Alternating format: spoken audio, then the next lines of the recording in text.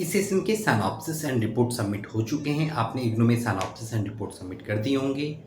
मैं दोनों वर्ड इसलिए बोल रहा हूँ क्योंकि इस सेशन ये जो 30 जून तक का जो डेट था इसमें सिनॉप्सिस भी सबमिट हो रहे थे और जिनके मई तक सिनॉप्सिस सबमिट हो गए थे उनको रिपोर्ट सबमिशन का डेट भी आ चुका था।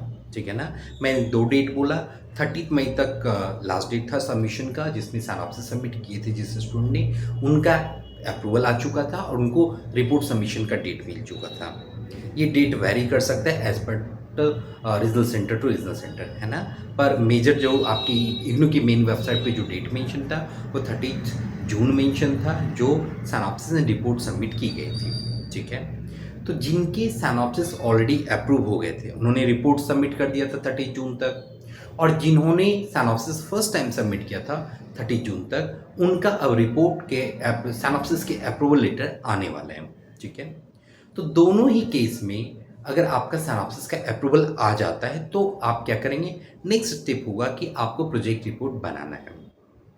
प्रोजेक्ट रिपोर्ट बनाने में देखिए सबसे पहले क्वालिटी कंटेंट आपको रखने हैं। सिनॉप्सिस जो आपने सबमिट किए थे वो लगभग 15-20 पेजेस के आसपास सबमिट किए थे।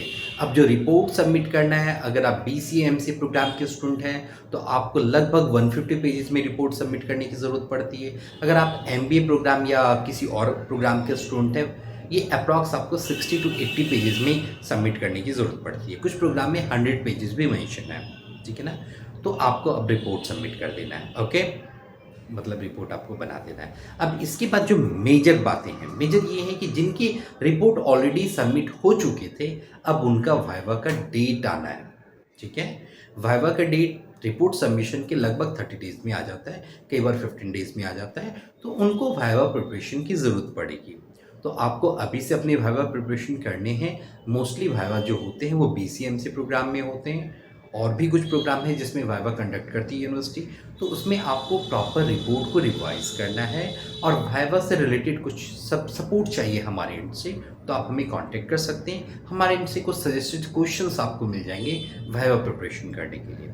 ठीक है ना, तो ये इम्पॉर्टेंट जानकारी थी जो आपसे शेयर करनी थी। आप इसको फॉलो कर लीजिए और टाइमली अपनी वाइवा की प्रिपरेशन कर लीजिए। एक बार मैं कंक्लूड कर देता हूँ, जिन्होंने सिनॉप्सिस सबमिट कर दिए थे 30 मई तक, उनका रिपोर्ट सबमिशन हो गया होगा 30 जून तक। ठीक है ना, अब उनको वाइवा की प्रिपरेशन करनी है।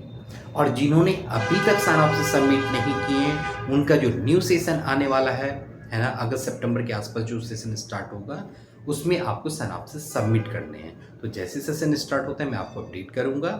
ठीक है, और इसके लिए आप मुझे सब्सक्राइब करेंगे तभी मेरे अपडेट्स आप तक पहुंच पाएंगे। तो वाइवा की प्रिपरेशन, जिनकी रिपोर्ट सबमिट हो गए वो वाइवा की प्रिपरेशन करना स्टार्ट कर दीजिए, और जिन्होंने अभी तक सबमिट नहीं किया है सिनॉप्सिस, उनको सिनॉप्सिस के बारे में प्लान करना चाहिए, और जैसे न्यू सेशन ओपन होता है उनको सिनॉप्सिस सबमिट करना चाहिए। ठीक है, कोई भी क्वेरी हो इससे रिलेटेड, लाइक सिनॉप्सिस से रिलेटेड, कोई टॉपिक सिलेक्शन से रिलेटेड, प्रोजेक्ट रिपोर्ट से रिलेटेड, वाइवा प्रिपरेशन से रिलेटेड, अब मुझे बेझिझक कॉन्टेक्ट कर सकते हैं। All the best, happy learning.